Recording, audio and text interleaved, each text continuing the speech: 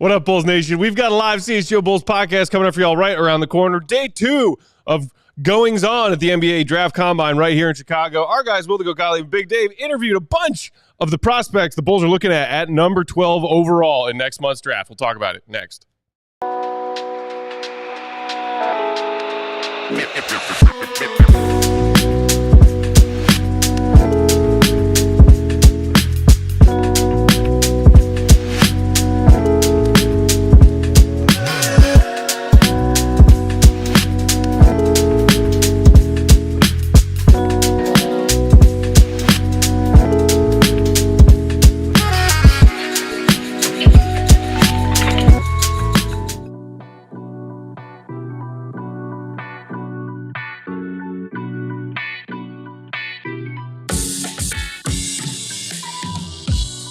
What's going on, Bulls Nation? Welcome into the CHGO Bulls podcast. Coming to you live from our studios here in West Loop, downtown Chicago.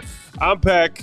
Where are my guys? Big Dave, Bow, BNWL Sports, Will Gottlieb, Will_Gottlieb, perfectly coiffed, and sitting in for Katie Duffy is our other queen of the controls, Sarah Bear. What up, Sarah? Hi. Hello. You ready to talk Combine, Sarah? Yes. Yes. Yes, I am. You got your toe tapping in your head now. They had me nod my head just because you were doing You guys that. have my favorite intro music. Oh, okay. That's what's up. It's good stuff. Does nobody else use our song, that intro song? Each show Each has show has their its own own one? Yeah, it's Yeah. their own Oh. thing. That's true. I think we've used the same one for like We were over just 3 years now, exposed for right? Not Yeah. watching the intros for all the other shows. I was bel- just about to say, I'm like, you guys don't watch the other shows, do Don't you? say we. I watch like bits and pieces of the show, but I rarely am Right, watching the story. not there for like the intro. I like because the outro music is the same, or for at least You for know a the few of end them. screen is Big Dave? Yeah, Yes. I have heard that. No way. Dude, have you been on another show?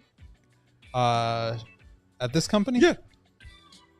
I was on Tavern Style. Tavern Style, Uh-huh. and I was on when Kevin was doing The CHGO yeah, sports CHGO show. Okay. back in the day, but I've never So had no the pleasure Cubs or of nothing? Cubs or Bears What? or White Sox. No. What's going on with that? I've been on the Bears show. You've been on the Bears show. I don't have a lot of takes when it comes to other sports. Oh, stop it. I got Bulls takes. Coach just gets his Bears takes off on our Bulls show. He Bears and Cubs. He got his Bears and Cubs takes. I have like ladies and gents. 2 minutes of Bears takes per week. That's fair. That's not enough to be on a podcast. Sure it is with other people, just not by yourself. That's all. It, you know, Carm just just depends. doesn't like me. He doesn't want to talk to me. Well, Carm's a crotchety old man. He doesn't like anybody. He likes me. Everyone likes you, Dave. That doesn't he likes count. me. It's cool, man. No, honestly, it's just because Carm's a Bulls junkie and always wants to talk Bulls. That's true. He is definitely a Bulls junkie, and we should have him on here. We did. Again. Yeah, obviously. Yeah, we slipping. So we are going to hear from a bunch of these prospects at the Combine who did interviews earlier today. Before that, though, just a quick touch base on the NBA playoffs that we haven't talked about in a while since the middle of last week because of lottery stuff and everything. Guys, we saw another team eliminated last night. The top seed in the East, the Cleveland Cavaliers, went home, and they were dispelled in 5 games by another Bulls Central Division foe, the Indiana Pacers. Yeah. And a lot of people had reactions to that Tyrese Halliburton overrated in that players poll that went, viral towards the end of the regular season. And Halliburton and the Pacers are shutting a lot of people up right now. Shh, quiet. How about that? I tried to. I said it. There was the team I didn't understand the disrespect. They never for it. understood. Never understood. Why? Why were people treating them that way? But man, they came. I love the way that they can play any style that you play. If you want to go fast and you want to be up and down, they'll do that all day. 3-point shooting team, oh, they got tons of that. You want to grind it out in a half court game, they'll do that too. Tyrese Halliburton is tougher than what he gets respect for. People just think he's not as tough. Have you met this dude's father? Like, that dude is tough, bro. Like, so yeah, man, I think he's nice and they deserve the respect. And now they're saying, oh, I don't think they can go if the Knicks win. I don't think they go into Madison Square Garden and win. You mean when they did last year in the playoffs? Like, Yeah. I don't understand it. You know what I mean? I don't get it. Indiana is definitely something that people should have, a team that people should have on their radar, man. They're good. They're really, really good. And Rick Carlisle, really, really good coach. I will probably do a deep dive on this, but if you're watching the Pacers right now, it's hard not to think of them being like the upside for what the Bulls could be. Yeah, true. In terms of the way that they play, they're giving constant effort. They're getting up and down. They shoot a lot of threes. They've got this point guard who, for all intents and purposes, was this prospect who did not, impress as a rim pressure guy or as a shooter. Yeah. And yet he has developed himself into being elite at both of those things, on top of the fact that he is one of the best passers in the entire NBA. You have Miles Turner who can stretch it out and also protect the rim. Siakam was a big time get for them last year. So I think like when you think about the formula for how the Bulls can move forward, I think trying to match up the Bulls' parts to theirs is an interesting one. I think the key gaps are Giddey having an off the dribble three. Mm-hmm. We've talked about that a bunch, of that being the thing that opens up his game to where now the improvements that he's made as a driver are even more open. That opens up his passing game. Yeah. But I think it really starts with him becoming not just a 3-point shooter off the dribble, but like an elite one. Halliburton is elite. Having a rim protecting big who can also space it out. Yeah. Obviously, Kobe is like different player than Nembhard, gives you more scoring, less defense. But Nembhard has been one of their best players. Mm-hmm. And you have Nesmith there, who is another really good 3-and-D wing who has been at times more than that as a scorer. And then a big power forward that can run the floor, that can take on tough assignments. I think like the Bulls have some similar infrastructural things going on. Mm-hmm. But like if we're talking about the draft to free agency and team building, that's kind of what I would be trying to model myself after, because as you look at these playoffs, the physicality stands out, and I think the Bulls need to improve there. Mm-hmm. But the pace has slowed down for every single team, Pacers included. Yeah. But the Pacers have still been able to turn it up when they need to, and that's on both ends. That's picking up full court. That's really pressuring teams, for 48 minutes defensively, but also just getting up and down and wearing teams out. Yes. That's how the Bulls were good. It is, and like there were some big buckets down the stretch of that fourth quarter last night. Another game in which the Cavs coughed up it wasn't 20. I think they led by as many as 19 earlier in the game, but transition buckets were key for the Pacers down the stretch of that game, and that's one of the things that the Bulls were trying to hang their hats on offensively this season.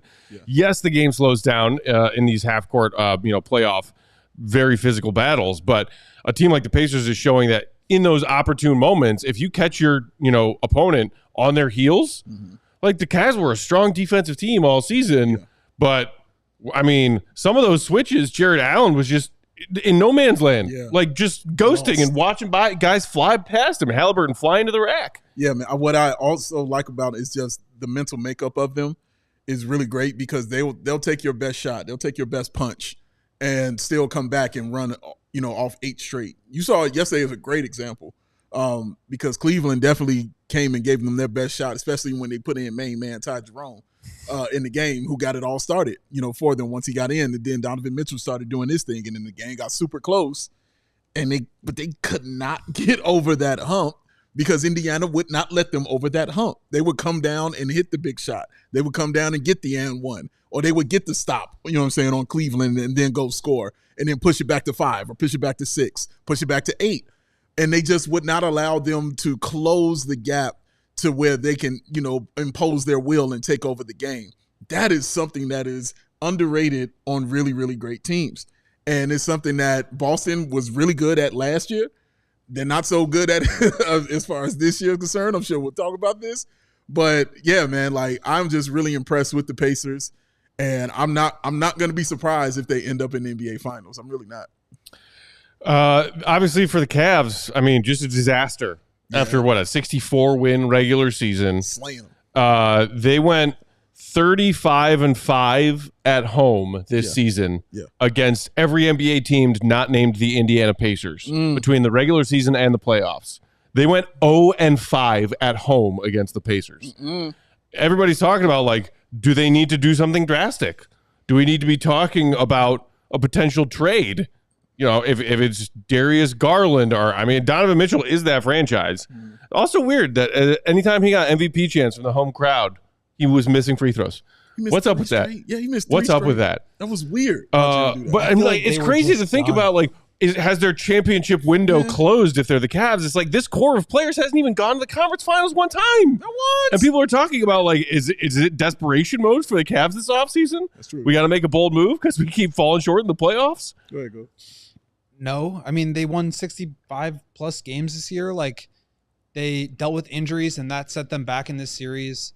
And And like Jared Allen said, he got like a bunch of flack for saying this last year, but like the lights were brighter than we anticipated. Like, right, yeah. I think there was probably a little bit of that. And at a certain point, like that is no longer acceptable. But like this is still a young team with a young core. Donovan is a superstar.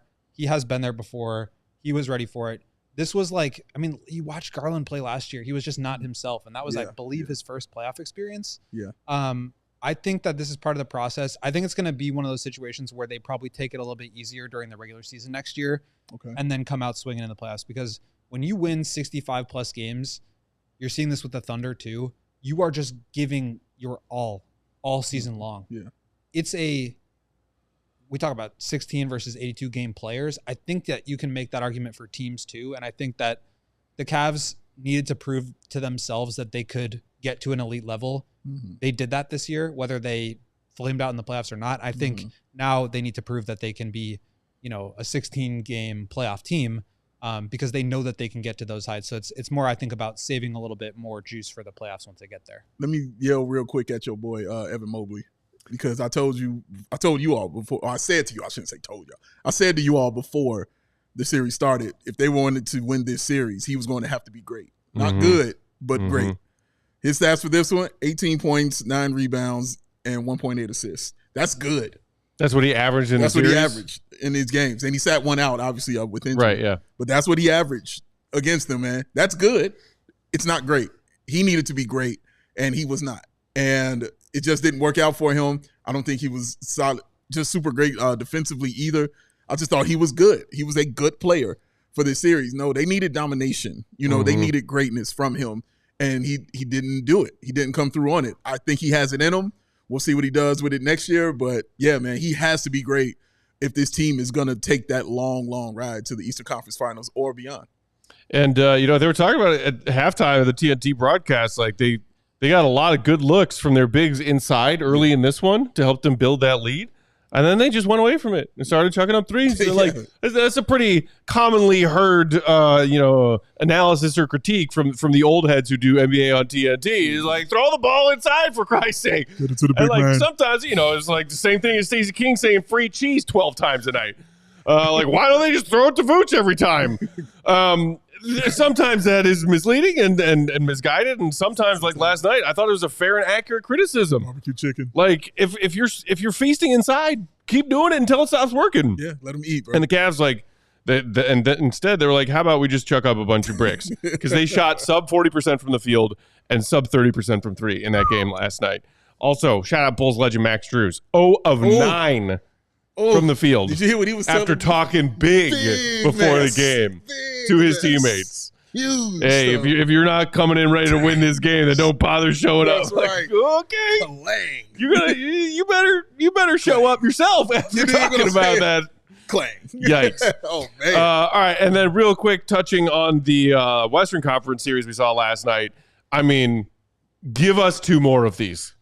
I don't know if the Nuggets can win Game 6. I really don't. Yeah. Based on what we saw from Joker and his supporting cast in that fourth quarter last night. Yeah. I mean, not, you know, Jamal Murray, rough fourth quarter. Yeah. Michael Porter Jr., 2 of the biggest shots of the game consecutively. You don't love MPJ, the way he's playing, the way he looks health-wise, taking those shots. Clanged them both. He did. I mean, one was a clang, one was an air ball, really. Charlie like Bell, baby. And Joker's like, I'm 44, 15, and 5. Can I get some help? But how about on the other side? I mean, SGA just stones with those big shots down the stretch. You just the 2 leading MVP candidates just trading haymakers. We got another ridiculous Joker, like pirouette out of nowhere with the shot clock hitting 0 shot in that same sequence. And it was like 100, 100, 103, 103. It's just epic stuff. I think that the Nuggets just don't have enough to beat this Thunder team. Like, they're incredibly good. Obviously, Jokic is, I mean, just insane. Stupid. Just ridiculous. Amazing. Even Sarah impressed. It's hard but they to just impress the can't bear. compete with, like, all of the different ways that OKC can beat you. And we have not seen, like, peak Shea a lot this offseason, or this postseason, rather. That looked a lot more like it. So I don't know if the Nuggets can make it back. Maybe they push it to 7. I think that they're just like a team that is maybe subject to run out of gas a little bit more than the Thunder. But I also don't feel as good about the Thunder as I did heading into this playoffs. Like, they have not looked as dominant. Winning a close game last night was big for me. Like, they haven't really done that at a high level. And so that was good experience for them. They've got guys that step up in different games. And when you have depth like that, that's great. That helps you. And I also think their path right now is like looking pretty clean, right? Like Minnesota's going to beat Golden State, right? They're up. Steph's probably not coming back. You have New York probably advancing, or the Celtics without Tatum, and the Pacers. So like, if you're the Thunder and you can get through the Nuggets, you feel pretty good about making your way to the finals or even winning at all, but they don't feel as like bulletproof as I felt that they were heading into the playoffs. I think you're right. But winning 2 tough games, including that game 4 on the road, 2 tight games between game 4 and game 5, I think that was a step forward in their young team that needs to prove themselves in tight ones. All right, we'll knock out our first couple ads. When we come back, we're going to dive into some of these interviews of prospects for the Bulls at number 12 from the NBA Draft Combine earlier today. Hit the like button. Hit it. Do that. Because it's Empire today. Floors? Floors. Floors! No matter what. It's what they do. Just like your favorite team needs a home court advantage, your home needs a home floor advantage. Hey-o. And Empire Today can help you get it. Empire Today has flooring experts, dedicated flooring professionals who focus on flooring every single day. Now, you all been to those big box stores. You know, Sarah Bear goes in there on the weekend. You know what I mean? She's like, oh, I'm going to pick that out. That's nice. Okay. Oh, there's the floors over there. Let me go ahead and look at this floor section. This might be nice. And then she starts hearing that doom, doom, doom. She's like, what is this noise? And then she hears, and when you know who that is, here comes Biff to answer all her questions, which means he won't answer none of her questions. Because as soon as he asks him about floors, I don't know, man, what's going on? I'm only 16 years old. Then why are you over here messing with Sarah Bear?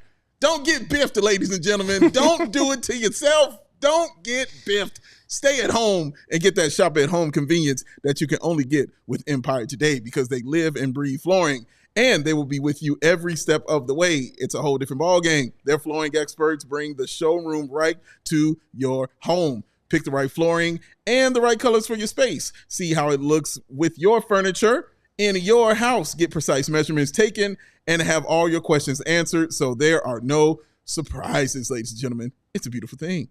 Schedule a free in-home estimate today, because some things are just better at home. CHGO listeners can receive a $350 discount when you use that promo code CHGO. Yes, you heard me right. $350 discount with that code CHGO. Restrictions apply. Visit EmpireToday.com/CHGO for full details. 588-2300. Bear! Empire Today. Oh! You got them both. Got the alley-oop. See, I saw in the corner of my eye lean in. She was ready for this one. She was like, you going to pass me the ball. That's why I was going to touch pass it to her if you you felt it too. See, I felt it. We know when the players are ready. Today's show also brought to you by Mando. Oh, what makes Mando unique from any other deodorant on planet Earth? Tell me. It's a whole body deodorant. That's what. What? That means it's safe to use anywhere and everywhere on your body. Hey. I'm talking armpits. I'm talking balls. I'm talking thigh folds. I'm talking belly buttons. Even butt cracks. Even your feet. Created by a doctor who saw firsthand how normal BO was being misdiagnosed and mistreated. Thanks, Doc. You can choose a variety of scents from Mando, like Bourbon Leather, my favorite, Cloverwoods, Mount Fuji, or Pro Sport. Remember, that's the Patrick Williams scent. Always sweating. Clinically proven to control odor better than a shower with soap alone. Here's a tough fact, gentlemen. 12 hours after a shower, the average man's Grundle odor level is a 5 out of 10. That's halfway to full Grundle gross. Oh. With Mando, the average Grundle odor level, 0 out of 10. 0. And that Mando starter pack is perfect for their new customers. It comes with a solid stick deodorant, cream tube deodorant, 2 free products of your choice, like their mini body wash and their deodorant wipes, plus free shipping. Shout out to those deodorant wipes. They go great on camping trips, all kinds of outdoor activities. As a special offer for our listeners, new customers get $5 off a starter pack with our exclusive code. That equates to over 40% off your starter pack. What? Just use that promo code CHGO at shopmando.com. That's SHOPMANDO.com. Please support CHGO Bulls and show them some love by telling them we sent you there. Smell fresher, stay drier, and boost your confidence from head to toe with Mando. I know. Hey, I got shout outs to you. Should I give them at the end of the show or should I do all this now? Go for it. It's gonna take a minute. Well, then let's save it for the end of the show. Okay, all right. We got combine prospects to talk about, Let's Dave. get into it. But quick shout out to our guy Jim Cook, who in the comments when we were talking about the Cavs and Max Strus Sales guy losing Jim? said Max Strus, more like Minstrus. Oh, God. Jim always bringing the dad jokes. All right, let us dive in. Guys, you had a chance to talk to a lot of these 25 draft class prospects who are going through the motions, doing their drills yesterday and some more today. They're even getting some 5-on-5 action that's televised right now. Yeah. Is that the NBA channel that's doing that? That is ESPN2. There you go. Mm-hmm. Do you guys want to start with Cedric because you're really excited about him? I mean, let's start with Cedric. He is the hot name at the combine this week. Cedric Coward, the senior prospect from Washington State. Dave, you asked him a couple questions. I did. Sarah, he's the man. Box for me.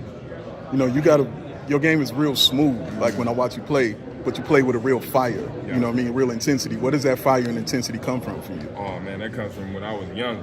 When I was young, I used to play my uncle a lot in one-on-one. Shout out Uncle Lonnie, he knows who he is. But I used to play him a lot in one-on-one, and he would not let me win, man, like at all. And it goes back to like the thing, like I hate losing. So he probably beat me 20 something times in a row before I finally got that win. But at the end of the day, when it comes to that fire you play with, I think that's just something internally that not a lot of people have, and those that have it makes them special.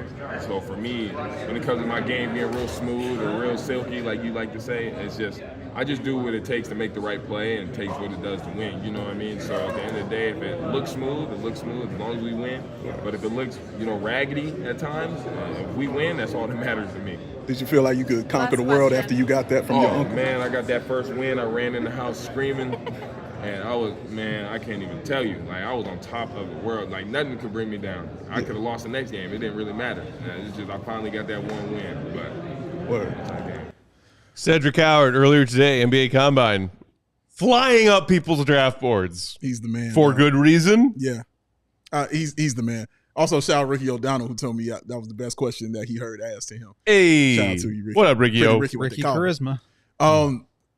Cedric, I mean, I was just listening to him, and this is why Matt knows me so well, why we're so tight, because he knew how I was feeling when these answers were going on and happening. And I mean, I was just like, yes. I was like, yes, more. Give me more of this. He said much more things, much more insightful and enlightening things. I loved how he talked a lot about being who he is. And, he was like, you're going to get the full Cedric every time. This is who it's going to be. I'm not changing around you guys. This is who I'm going to be. This is how I'm going to do it.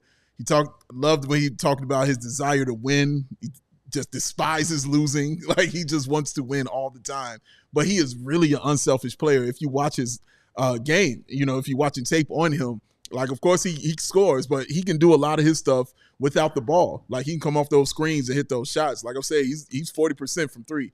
And a lot of his stuff is also interior. So he played a lot with his back to the basket as well. And his passing also, whether he was free throw line extended or he was in the paint, is also good. So he's also looking for guys. So he's all looking for guys when they're open, I'm saying. So he just does whatever it takes to win. And you want that on your team. You want winners. Shout out Mike Singletary. You want winners on your team. And he is definitely one of those guys, man. And just the length of being 6'6", with the long arms and his ability to play defense as well. We haven't even gotten into that aspect of it. But, man, dude, he has we talked about it yesterday with Julia, just that real little twinge of craziness and insanity. Oh, he's definitely got that. Yeah, so Coward is like the hot name at the combine this year. He was basically like a mid-second round pick up until like last week when teams really started to notice him. And I think that there was a lot of like trying to keep it a secret, but the secret is out. He is awesome. I was enamored by him too. And just in terms of the way that he talked about his game and just his maturity, he's super well-spoken. He was super insightful. I kind of asked him about like being the it guy at the combine. And he was like, yeah, none of that matters to me. Like, I just want to end up in a good spot for myself. I think there's still some question about whether he ends up going back to school. He did transfer to Duke. Right. He committed to Duke. And so he was saying like he feels like he doesn't want people to think that he's just using that for leverage, which I thought was really insightful as well. But this is a guy who is a young senior. He's 21 years old right now. Played last year at Washington State, only 6 games before having a season-ending shoulder injury. 17.7 points. Actually, let me give you guys the stats from the database here. From the database, per 75 possessions, 22.4 points, 8.85 rebounds, 4.6 assists, 1.4 steals, 2.1 blocks. And he was a 40% three-point shooter, wasn't he? He was a 40% three-point shooter. He was a 71% two-point shooter. So just an incredibly efficient guy who is big, long. I didn't mention his measurements, which is really what has excited people. 6'5" and a quarter without shoes, 7'2" and a quarter wingspan. So he's got the measurables. He's got the playmaking flashes. He's got the on and off ball. He can shoot it. He can score it. He can defend. He compared himself to me to Jalen Williams of the Thunder, which you guys know dating back to that combine. I was a big fan of his, and I still am. So I was very into watching him. I thought he shot really well yesterday. He just looks the part. And I think he will end up going probably closer to the lottery than even like the mid-20s, which is kind of where he is on some boards now. He is very much like the hot name. And I think, he is a little bit older, 21.8 years old on draft night, and did play at basically mid-major schools for his entire college career in only 6 games last year. So there's a lot of mystery. I think that actually might be helping his stock too. It's like, well, look what he could do. Like, just imagine if you gave him more runway. So I think he, like, honestly would not surprise me if he ends up being in the Bulls range by the end of it. And like, just, I don't know, we were kind of talking about him with some of the other media folks and team folks there at the combine today. And it's like, why not? Like, I would consider taking him at 12. Like, I think that's a reach, but I do think that by the end of this pre-draft process, his stock will be in the 15 range. And if you like him that much, then why not take him at 12? Seriously, man. And it's a need also on your team. You're going to need that wing, you know what I'm saying? Especially that one that can do it on both ends of the floor. The 3 and D, ladies and gentlemen, is this young man right here. And just the little point guard skills that he possesses as well, just as far as being an unselfish ball player. And I think the best thing I like about him, outside of, him mentally, was playing without the ball. I think I just truly like that, because when you talk about a guy with that kind of height, with that kind of wingspan, and that kind of mentality, you're immediately thinking, I'm a ball dominant guy. I got to have it. You know what I mean? Give me the ball. I'm crossing you over. I'm going to score, whatever. It's not like that with him, man. He is really solid without the ball. And he's coming off of those screens, coming off of those curls, and he's ready to shoot or he's ready to pass. And that means you're very coachable, you know what I'm saying, as well. He's open to criticism, you know what I'm saying, and things like that. So I like everything about him. And I hope the Bulls take him. I really, really do. I think if the Bulls have shown they are ones to gamble on certain picks and kind of think outside the box kind of situation, sometimes there's nothing in the box. But what's in the box? But in this situation, I think this is a good gamble to take and a calculated good risk to take for the Chicago Bulls at 12. Jebediah in the comments saying Bulls need a wing really badly, and this draft has good wings, which is promising. I feel like he slots in between Kobe and Giddey, right? Like, you can add more size, more ball handling to the backcourt. He can defend. He can play on and off ball.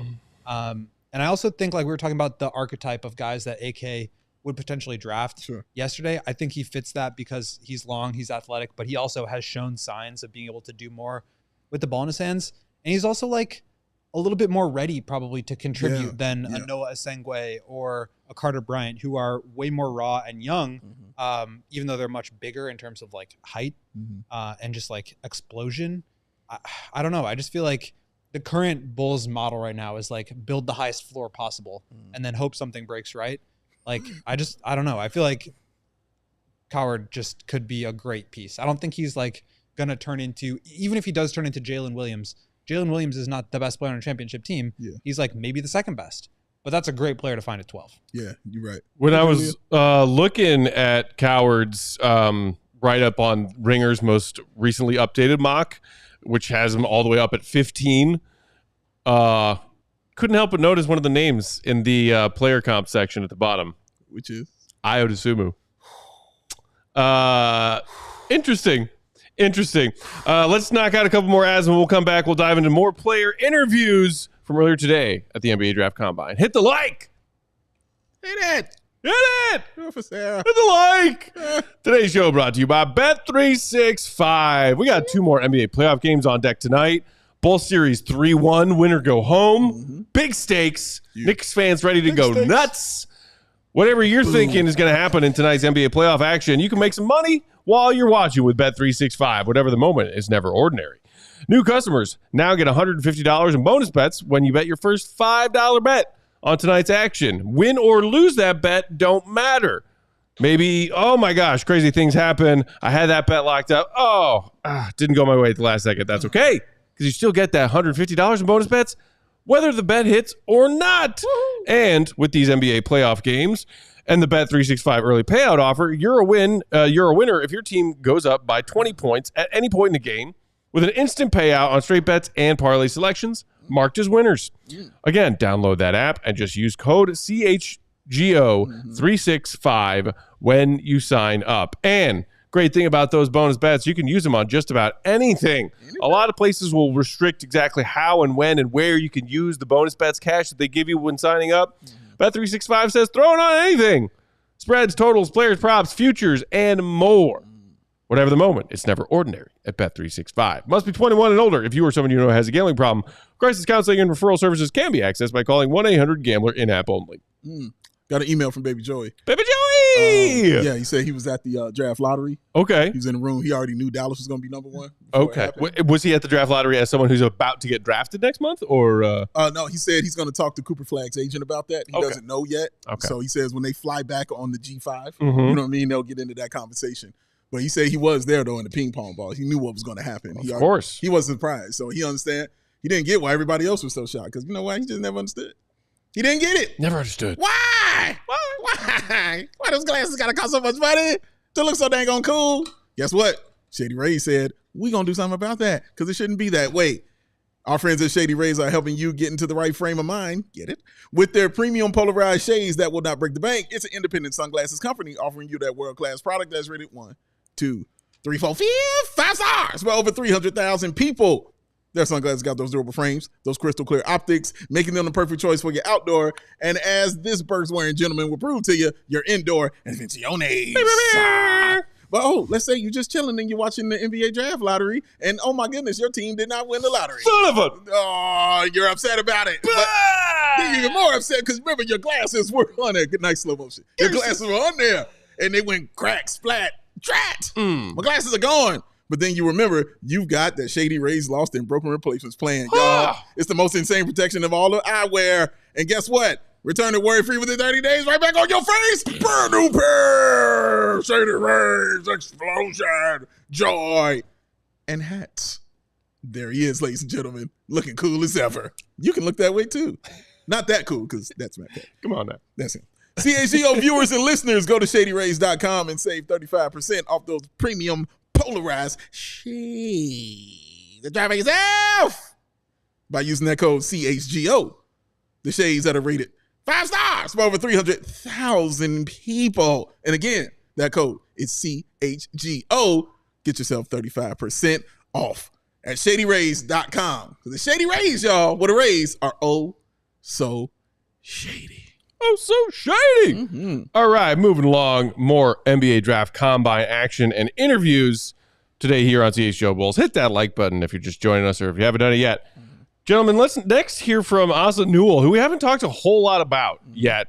Kind of has been in that mid-first round range, and now that we know for sure the Bulls are at 12, assuming they don't make any draft night trades, he is now maybe a name that they can pay more attention to. We can pay more attention to. I believe he is one of the many players who did confirm today that the Bulls are one of the teams he already met with this week. Correct? Okay. Yes. So, Sarah, if you will, let's hear from Georgia prospect Asa Newell. Hit me. Do you view yourself as more of a front court guy or a perimeter guy in the league? Like, do you think you're going to be playing some 5, 4? Do you view yourself as a 3? Like, where do you see yourself positioned? Well, that's the beauty of the game that, the game's becoming positionless, and I feel like I can do translating my game into more of a guy who can come off handoffs and get downhill and punish a smaller opponent under the basket. Where do you kind of expect to be drafted? Are you getting feedback on that? Well, I feel like everything takes care of itself, and we'll find out June 25th. You said you have met with the Bulls, or you plan to? Plan to, yes, sir. You plan to? I mean, do you imagine that? Just what's the fit that you would see? Like, what do you bring to the floor, whether it's the Bulls or another team, how you fit in? Well, they got a young group of guys, Buzelis, I got to see him on lottery night. But, just seeing, how they play and their play style, I feel like I'm a plug-and-play type of guy. And, anything that they need me to do, I'll, attribute to that. Had you met Modest before? Yeah. Are you familiar? Yep. Just what's kind of the backstory between you guys? Yeah, I mean, we played against each other in high school, and, he actually ended our season one time in Geico, so, I got that memory. Do you have a sense of like what your range is, talking to some agents or teams throughout this process so far? Definitely first round, but like I said, everything is going to take care of itself. What do you want to improve on most? I just want to improve on, accepting my role when I get into the league. I want to, have my three-point shot ability, showcasing that. I know I have it. I've been doing it throughout these workouts, but, just finding my groove in the league, and so those two things. Is there a type of like three-point shot that you feel more comfortable with in terms of like spotting up, pick and pop, coming off the screens? Like, where do you feel most comfortable as a shooter? Definitely confident in spot up shooting, pick and pop, off a switch. Those two. Do you have a player when you get to the NBA that you're most excited to go up against? Everybody. LeBron, hopefully he's still playing, but definitely LeBron. Just seeing him, I was able to go to the Minnesota and Lakers game, and seeing him play for the first time, it was just something amazing. If you were, to pick someone in this draft other than yourself, do you think is going to make an All-Star team first? Who do you think that'd be? Cooper? Yeah, Cooper, Derek, Liam. A lot of guys. All his high school friends. Yeah. Do you guys think you're better than the Montverde team with Scotty Barnes, Kate Cunningham, Moses Moody, Duran Sharp? What team's better between those two?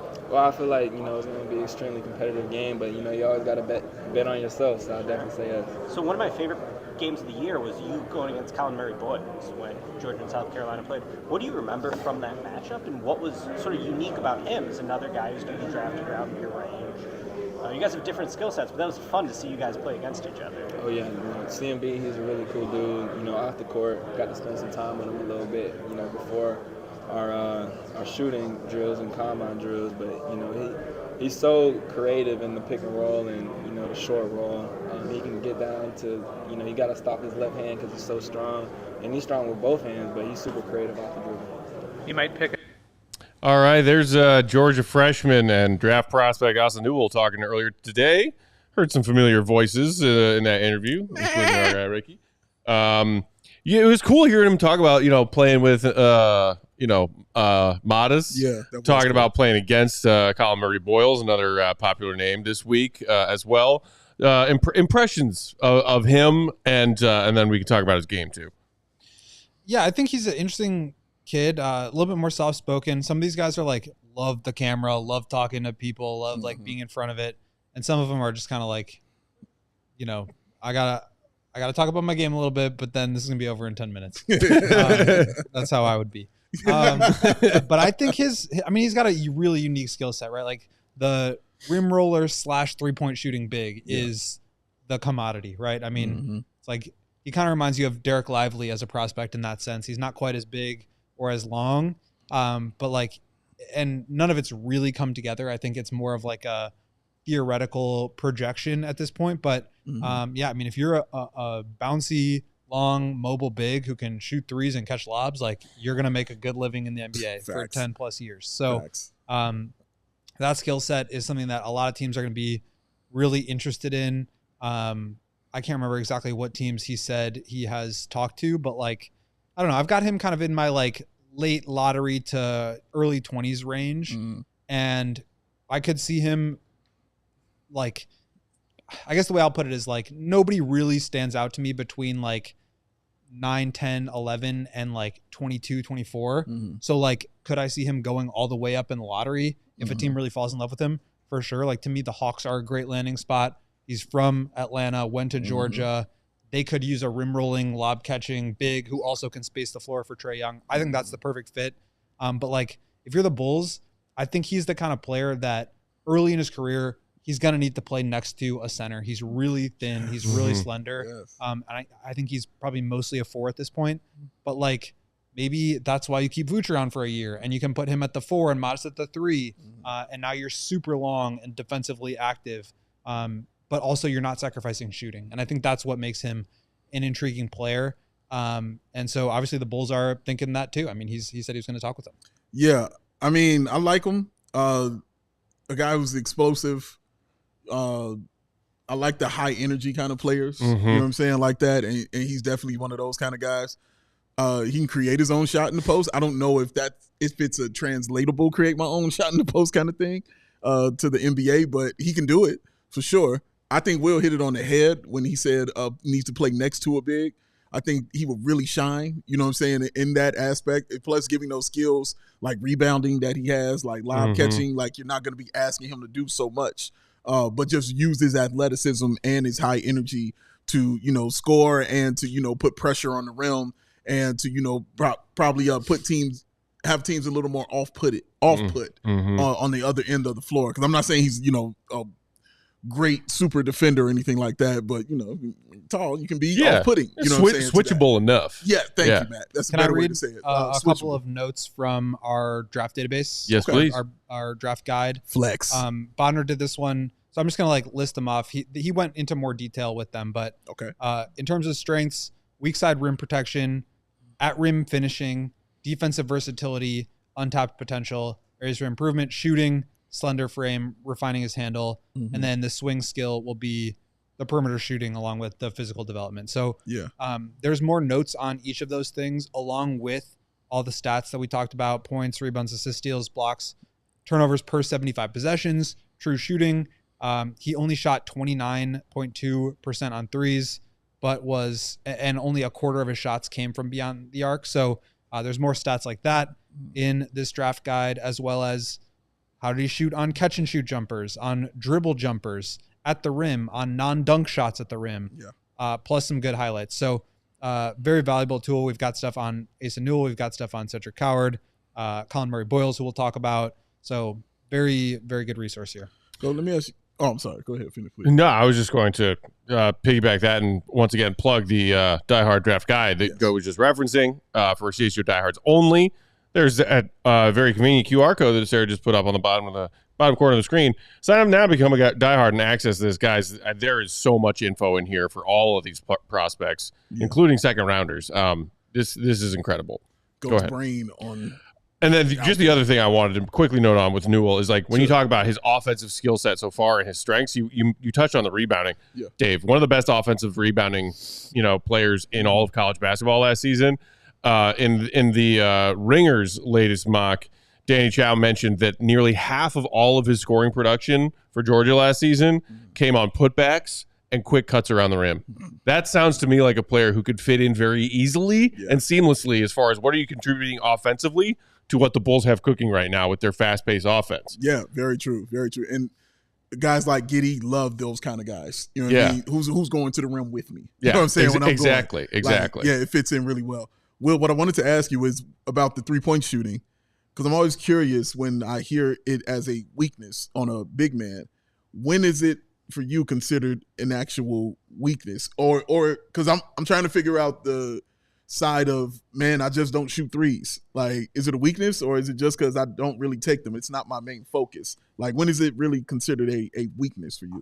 Yeah, I hear what you're saying. I don't like to think about this in terms of strengths and weaknesses. Sure. I think about it in terms of either concerns or areas for improvement. So I never say like, because that implies like he's never going to be able to do this, and that's not something that I'm never going to like tell a guy who's never played in the NBA, who's 19 years old, that he's never going to be able to do something. I would never do that.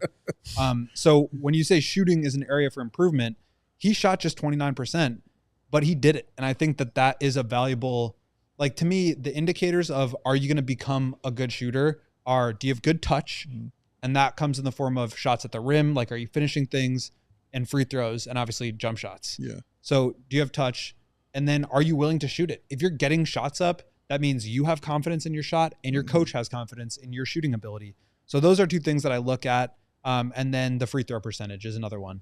He shot 74.5% on free throws. That's pretty solid. Yeah. He shot 25% of his total attempts from beyond the arc and improved as the season went on. So like, to me, that is an area that he'll need to, what we call it like a swing skill. If he hits, it will be because his shooting got a lot better.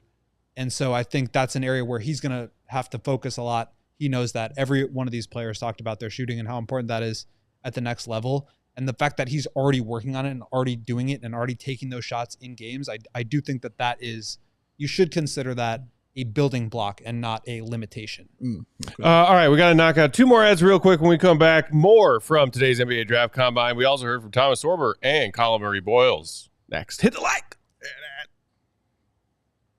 Man, Peck, what time is it? Game time. Always ready. Game time. Hoot indeed. Game time has got a new feature. It's called Game Time Picks. It makes getting tickets to see your favorite teams play easier than ever. How do they do that? Curation. It makes it easier to save more on sports, concerts, comedy, theater, anything you want to see. Game Time can help you get it with Game Time Picks. Of course, they got that all-in pricing. You know, they got that lowest price guarantee.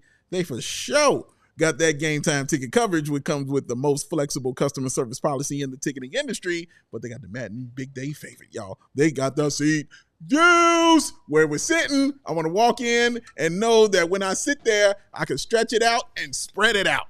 Those are 2 things, ladies and gents. I needs both. You see the Burks? Stretch. Leg room. You see everything else? Spread. That's how it grows. Hey, also, where's the drinks? Where that concession stand? Need to know where that is. Bathroom, because I've been to the concession stand. Gonna need to know where that is. And gonna need to know where the exit is afterwards, because Matt don't like being around all these people. Crowd He suck. wants to get out. So all of that you can find out with the seat views by using Game Time. So take that guesswork out of buying tickets with Game Time Picks. Download the Game Time app, create an account, and use that code CHGO. Get yourself $20 off your first purchase. Terms apply. I said CHGO. Get yourself $20 off your first purchase. Terms apply. Download Game Time today. Cause Sam here. What time is it? Game time. Who? Today's show also brought to you by Ray. New vehicles are in store now at Ray Chrysler Dodge Jeep and Ram, and this is your chance to score a great deal during the Employee Pricing Plus Sales event. Head to Ray CDJR on Route 12 today to choose from their huge inventory of new Chrysler Dodge Jeep and Ram vehicles. And right now, you can lease the new 2025 Jeep Grand Cherokee 4xe for only $245 a month for 24 months. Plus, shop over 125 vehicles. That's 125 vehicles priced under $20,000. Deals on deals on deals. With a friendly team of brand experts, the team at Ray CDJR is here to help you during each step of your car shopping journey. Plus, since they prioritize affordability, you know you won't overpay for the vehicle you need. And of course, with that raised price promise, you know you can shop confidently with no add-ons, no hidden fees of any kind, ever. The price you see is the price you pay. If not, even more savings. And that's a chance too. The price you see is, that's right, the price you pay. So go check out our partner today to shop one of Chicago's largest area inventories. Find the right new vehicle for you, then drive home happy. The team at Ray CDJR is the only one we recommend. So don't miss out on the Employee Pricing Plus Sales event for huge savings on Jeep Grand Cherokee. For more information, visit Ray CDJR today on Route 12 in Fox Lake or online at raycdjr.com. They've been serving the community since 1963. All right, y'all. Next up, let's hear from Georgetown. Big man. Thomas Sorber. Sarah Bear. That's incredible. You walked in and said, this is pretty cool. What's just been the excitement around this process for you? Just like being here, just being able to see like how it's actually like, honestly, because like this is like a one once in a lifetime feeling. So like, I just try to live in the moment at the best of my ability. What's your why for you? What keeps you motivated and pushing through all of this? I'll say my mom, basically my family, my mother and my brother, because my mom, she's like been a hard worker since like I was born. It's like she's been working 2 jobs, just like trying to keep a roof on top of our heads. And like this is like being here is like my brother's dream. So like, I'm just trying to live out both my dream and his dream as well. Did your mom push that work ethic onto you as well? Yeah, I think like her just like, you know, working back-to-back jobs, like just gave me the drive to even work harder so she would have to work better there. Like, Thomas, you talk about your work ethic. I mean, I remember watching you team final on like the EYBL, you know, and just what this journey has been like, because you weren't that big name that we heard coming out of high school, and it's just a testament to your work ethic and everything. But was there a moment, you know, in this journey, especially this year, where you knew like, okay, I can play at the highest level? I always thought that. Yeah. Honestly, growing up, I always like, cause my dream was to be an NBA player. So like having that mentality of like, oh, I can be here, like, I belong here, just like gave me the drive to keep working hard every day. What's been some of the feedback? I know you probably had a couple meetings today with some teams. What's been some of the feedback you've got? They just told me that like, you know, we heard that you're a hard worker from day one, and like we just want to see like what that really means. And like they say they just like me how I am as a person as well. Yeah. So like, I just try to basically be myself while I'm like in those interviews and meetings like that. Who did you meet with today? Do you know? I met with Chicago, the Chicago Bulls, the San Antonio Spurs, Utah Jazz, Minnesota Timberwolves, and I'm forgetting one. You're probably all blessed. Utah Jazz. What was your meeting like with the Oh, Bulls? Detroit Pistons. What was your meeting like with the Bulls? It went well. It went well. They told me they've been watching me. Like one of the people told me that they've been watching me since like I came into Georgetown, and like they've been to a couple practices, and they just liked how like I give energy out to like other players, and like how like I'm able to bring the same intensity every day. What kind of feedback are you getting from your agent going into this process in terms of where you might go? He's saying that I'm in like a range between like lottery and like not late, but like early 20s, kind of. So he's just like, when I go into his interviews, just like be myself and basically telling people who I am. What about your game do you think translates to the next level immediately, and what are some of the things you might need to work on? I say like my feel for the game, the way how I read the game as well, and like just like my ability on defense to just read how people are basically. And what I need to work on, I'll definitely say shooting, because like my percentages, but I say that's mostly just like for my confidence, like. Because if you were looking at a couple of my games, like I hit a couple threes, and I missed 1 3, and then I stopped shooting for the rest of the game. So I'll say it's just like that confidence, like building back up. Now I know we're getting way ahead of ourselves here, but your college coach is very tight with Billy Donovan. Did you get any kind of feedback about Billy Donovan? Nah, I ain't hear anything from Billy Donovan yet. Nah. Okay, all right. Well, Ed and Billy go way back, man. Yeah. So. For you watching film-wise? Do I watch film-wise? Yeah. I try to watch like a little bit of everybody, like a little bit of every big. But like I've been watching the playoffs lately, so I've been seeing like a little bit of Jokic, a little bit of Trace Jackson Davis, like the way how he plays with intensity. So I just try to like learn off those like bigs and see what I can like do for them. Who's your pro comp if you had to choose? If I had to choose? Yeah. I mean, I've been hearing a lot lately, like a young Al Horford. So I gotta like get into the lab, look some YouTube videos up, but yeah. And get the 3-point shot up, because that dude can hit it, man. Facts. Sorry if someone asked this already, but is the door closed for you going back to Georgetown? Are you all in on the draft at this point? Where do things stand there? I'm 100% into the draft. Yeah. What was your experience like playing for Coach Boy? How much did you grow, feel like, this year? All right, there's the Hoya. Thomas Sorber talking earlier today, including confirming he also met with the Bulls today, among a number of players. You heard Casey Johnson there in the background talking about how there is a little bit of a Billy Donovan connection to that basketball program over at Georgetown. And Sorber saying, yeah, when I talked to the Bulls, they told me they've been keeping a keen eye on me basically since I entered their program over there. Yeah. So like with all of these different names over the next month that we're going to be talking about a lot, which ones are the Bulls really keying in on? Yeah. Sorber's might be one of the ones that you're thinking the Bulls will always have his name circled whenever they stray away and they come back to their core name, list of names. I feel like he's going to be on it. Yeah. I like that he said that they were doing that, because that was a concern, for me about the big men, as we were talking about with Julia. Shout out to Julia yesterday.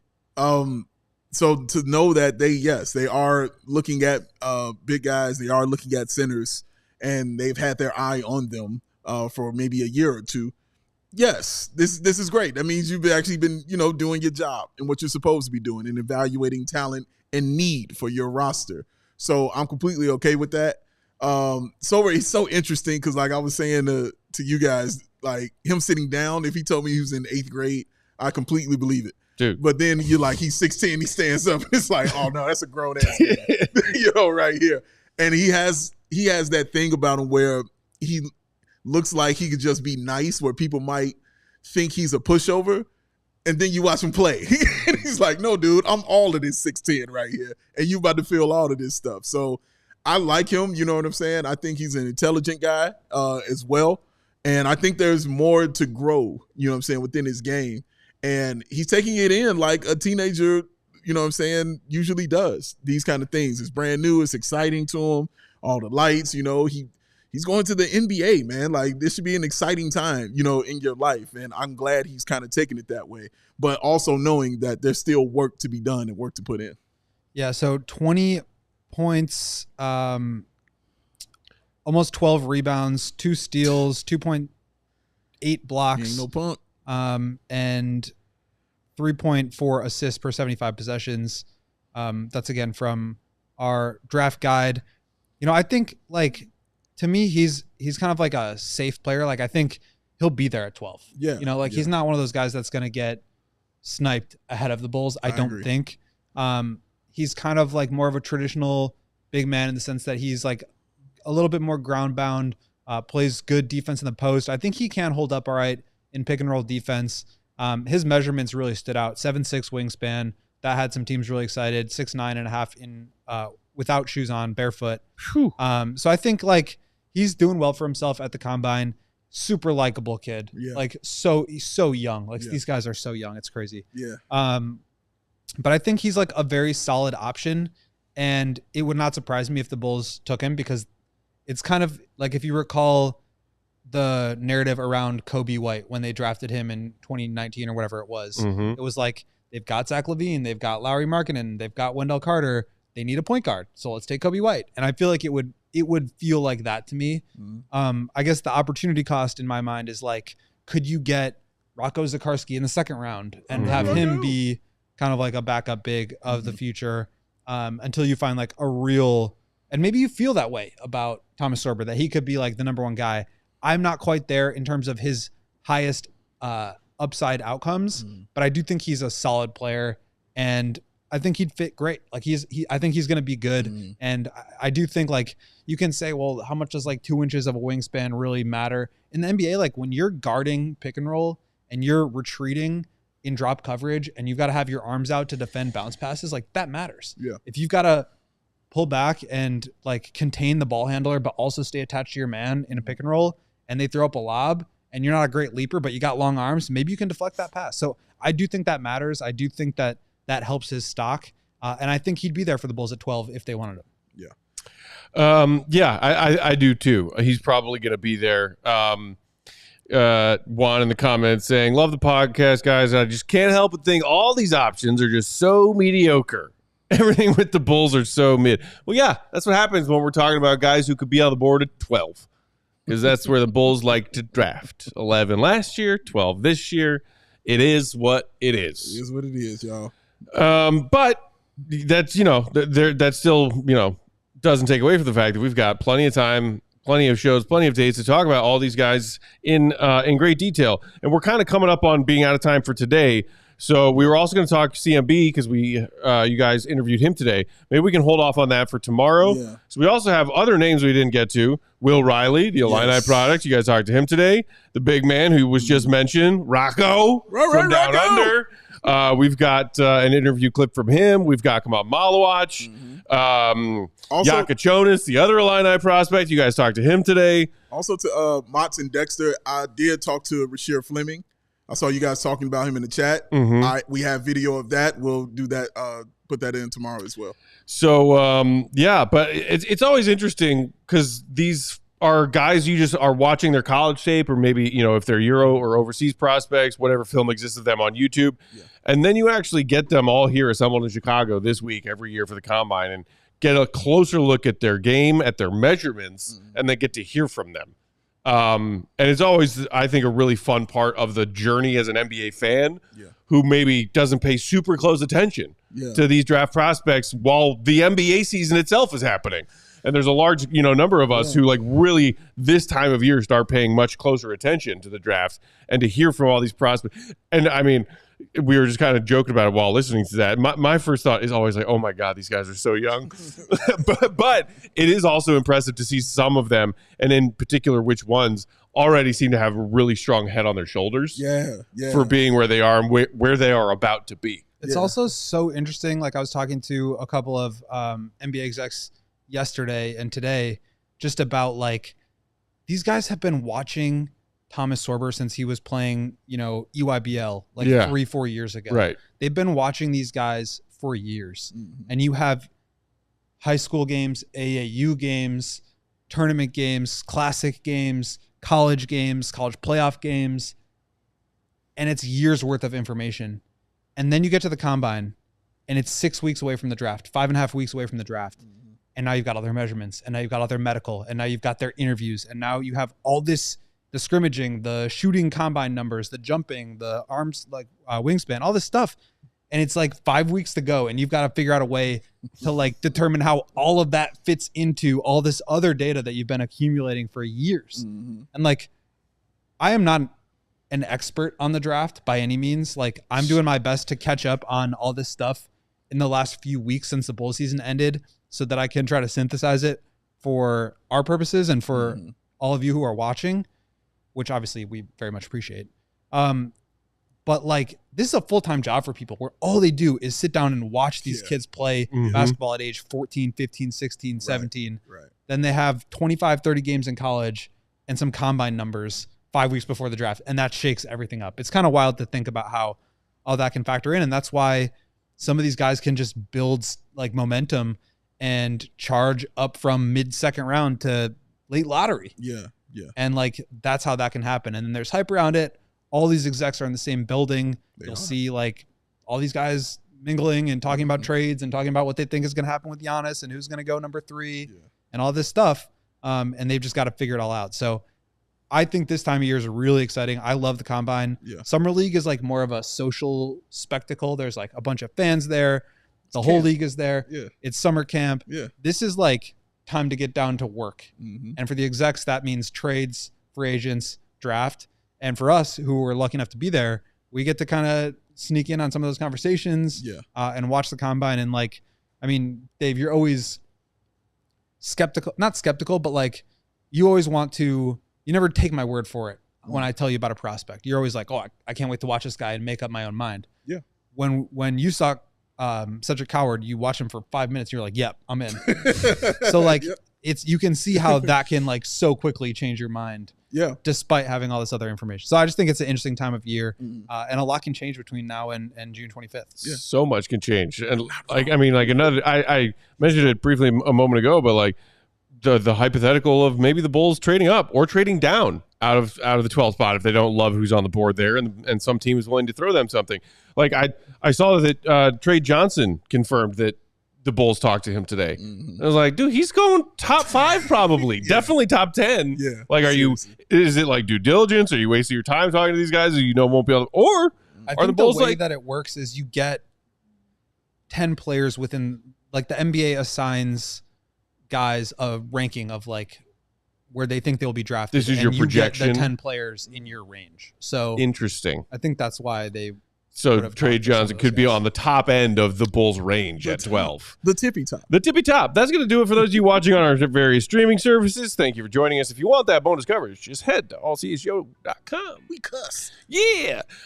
Dave, you said you had a shout out or two you wanted to get to at the end of today's show, yes? You know, you said something like, it's for me, that's interesting you looked at it that way because I never looked at it as skepticism. I looked at it skepticism as was a you strong told me word, something. but- I'm like, oh, snap. Like, yes, But I can't you're wait to never watch this guy. Like I'll have some friends who will like tell me you're gonna love this guy, and I'm like, okay, I'm gonna love him. But you're always like, okay, let me like look. Well, let me into look. it. Yeah, Let me I'm look like, into it. because when I hear the name, I'm like, oh, I don't know anything about this person. Let me see. Like with LeBaron Philon, just 20 minutes ago we were talking about this, and it's like, I'm gonna go watch the film. I'm gonna go watch. You're not gonna have any preconceived notions. Yeah, man.